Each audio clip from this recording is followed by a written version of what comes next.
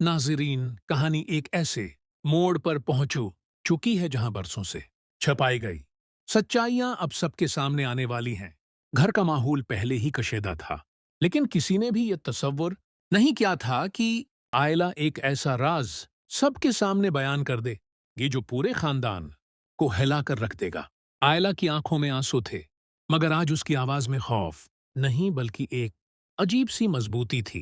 वो सब घर वालों के सामने खड़ी हुई और उसने कांपती हुई आवाज में कहना शुरू किया कि वो अब मजीद खामोश नहीं रह सकती। उसने कहा कि शादी के बाद भी एहतिशाम मुसलसल से राबिता करने की कोशिश करता रहा, उसे फोन करता रहा, पैगामात भेजता रहा और उसे जहनी अजियत देता रहा। आयला ने कहा कि वो कई महीनों से ये सब बर्दाश्त कर रही थी, क्योंकि वो अपने घर और अपनी इज्जत को बचाना चाहती थी, लेकिन अब उसके सब्र का पैमाना लबरेज हो चुका है। उसने बताया कि एहतिशाम रोजाना ऐसी बातें करता था जिन्हें सुनकर वो अंदर ही अंदर टूटती जा रही थी। उसने कहा कि एक शादीशुदा औरत को इस तरह तंग करना न सिर्फ गलत है बल्कि एक संगीन जुल्म भी है। आयला की बात सुनकर पूरे घर में खामोशी छा गई। हर शख्स हैरत और सदमे की कैफियत में था। किसी को यकीन नहीं आ रहा था कि एहतिशाम, जिसे सब एक समझदार और शरीफ इंसान समझते थे, वो इस हद तक जा सकता है। खानदान के बुजुर्ग एक दूसरे का चेहरा देख रहे थे, जबकि नौजवान इफरात गुस्से से भर चुके थे।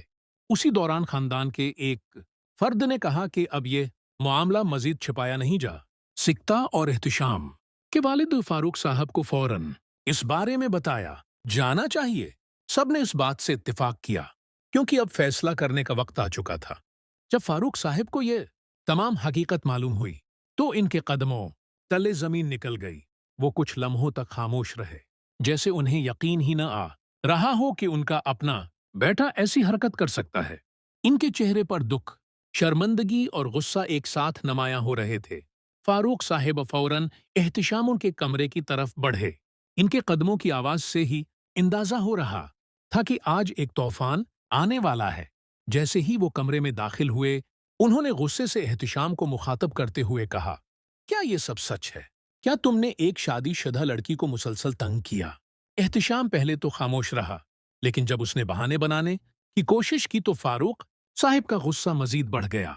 उन्होंने बुलंद आवाज में कहा, तुमने सिर्फ इस लड़की की जिंदगी खराब करने की कोशिश नहीं की, बल्कि मेरे सिर को भी शर्म से झुका दिया है। फारूक साहिबों की आंखों में आंसू आ गए। उन्होंने कहा, मैंने तुम्हें यह तरबियत नहीं दी थी। मैंने कभी नहीं सोचा था कि मेरा अपना बेटा किसी की इज्जत और सुकून के साथ इस तरह खेल सकता है। एहतिशाम ने अपने वालिद को समझाने की कोशिश की, मगर आज फारूक साहब सुनने के लिए तैयार नहीं थे। उन्होंने गुस्से में कहा, आज से तुम्हारा और मेरा कोई रिश्ता नहीं। मुझे ऐसा बेटा कबूल नहीं जो मेरे खानदान की इज्जत को दांव पर लगा दे। ये अल्फाज सुनकर पूरा घर सन्नाटे में आ गया। एहतिशाम के चेहरे का रंग उड़ गया।